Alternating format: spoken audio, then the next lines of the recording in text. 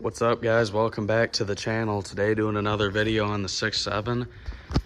As you guys know, a while ago now, I got these 37 by 1350 Nitto trail grapplers, as well as a 3-inch rough country full lift kit. And I've been running rough country everything for as long as I can remember, just because it's obviously a lot cheaper. I haven't had any issues yet. And one of the things I don't like is the width. As you can see, these tires are pretty tucked under there. They're pretty much flush technically, but they don't stick out like I'd like them to. Which, by the way, check out the new eBay or Amazon, whatever, special clear headlights. Anyway, so what we have here is some rough country wheel spacers. A lot of you guys might say this is a bad idea, but I've been using rough country spacers. I had them on my last truck, 7.3, and they were just fine on there too. I never had a single issue. I put like 10,000 miles on them and then sold the truck, and the guy I sold it to has been driving it every day ever since, and he sends me videos of the truck all the time. And I can tell it still has the newer stock rims that I put on it with the spacers still installed. He hasn't had an issue. So I went ahead and figured I'd get some for the 6.7. It'll be interesting to see how they fit too. I don't want to have to cut nothing up. We don't need instructions. As you can see though, these things are gonna be fine. Let me get these out of the box. You guys might cry and say rough country's junk, this and that.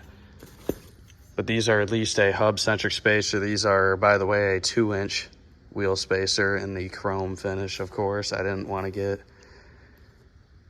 the red ones, or they're not chrome, they're in the aluminum finish. I didn't want to get the red because I think it's kind of ugly. 8x170, and here's our lugs to hold the spacer to the wheel here. We'll put our spacer on and hold them on with these lug nuts. That way we have the stock lug nuts holding the wheel on, so I can still run my center cap. So let's jack this thing up and start putting them on and see how it winds up looking. Right here's a little before.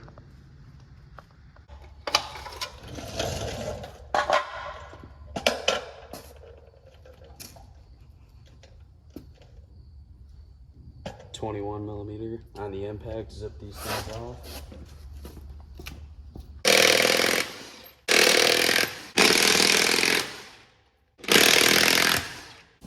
Alright, now we got our wheel off, and when we throw these on, I didn't do this last time and I was alright, but just as an extra safety precaution, I'd recommend getting some blue Loctite. So I'm going to throw a little bit on the threads.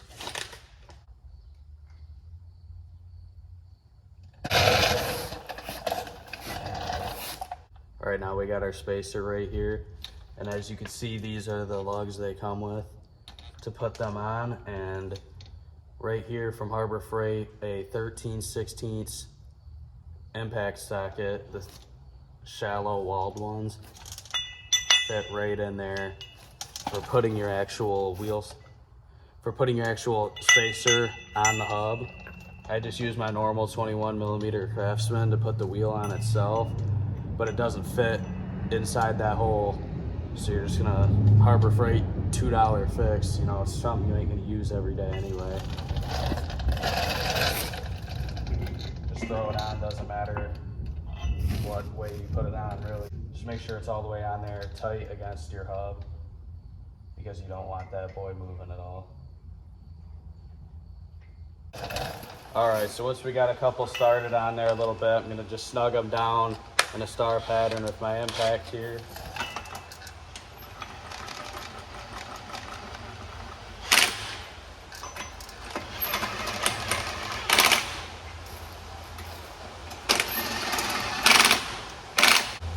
Continue to gradually tighten them all the way around in a cross pattern, just like you would a normal wheel. Alright, so me personally, I never even bother using a torque wrench. As long as it's on there nice and tight, and you made sure to tighten them real good with an impact on a fully charged battery, they ain't going anywhere in my experience. So now we can throw our wheel back on. As you already know how to do, so I'm not going to bother putting it in the video, and I'll just get back with you guys when we're done switching all these over, because it's the same on every wheel, obviously. Show you guys a little side by side. I'm about to get this one done. So you can see there, really barely sticks out. 2-inch spacer over here, sticks way out now. Pretty sweet. By the way, I of course forgot on the other side, when you do these, they're aluminum spacers on a steel rotor, so they like to stay on there. Like, I couldn't even get it off with driving a punch in the middle with the hammer after only 10K miles. So definitely when you're doing your Loctite on the threads, it's a good idea to actually put some anti-seize on the hub itself, just to try and help it not want to rust weld itself together, because it's like impossible to get off. I couldn't get them off for the life of me on the red one. So in case you ever want to take these off ever, make sure you don't skip that step. So we've officially got them on all 4 wheels. Now you can see this thing is a lot wider than it was before. The real test will be seeing if we could still turn though.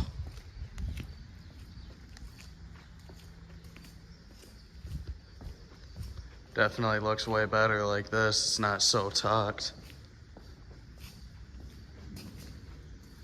Let's check out our turning radius, because I know it always would rub on the radius arms, like they always tend to do with bigger tires. I'm curious to see if it'll be rubbing the fender though.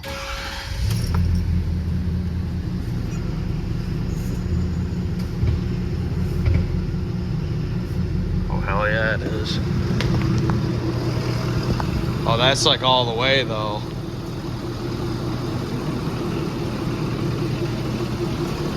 Oh, and it's just hitting up in there. It's not actually even hitting the body, I don't think. Let's see it. It actually probably did hit the fender on the way through. I wouldn't be surprised. I don't want to destroy this thing. Let's see if it's touching the fender now. Looks like we got plenty of room on this side up front though, as far as hitting the bumper or nothing. I'll be damned, son. Don't get much better than that. Let's check the other way.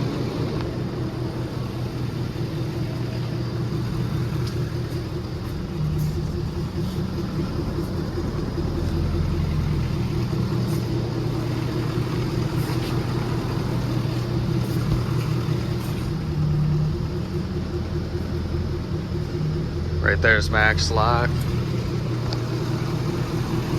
Yeah, it looks like this liner here is gonna have to get tucked back. This side's already a little cut. I'm gonna try and not mangle the other side up as bad. I guess the one side's already screwed up anyway. I might just let it rub. Hopefully nothing hits on this. We're good.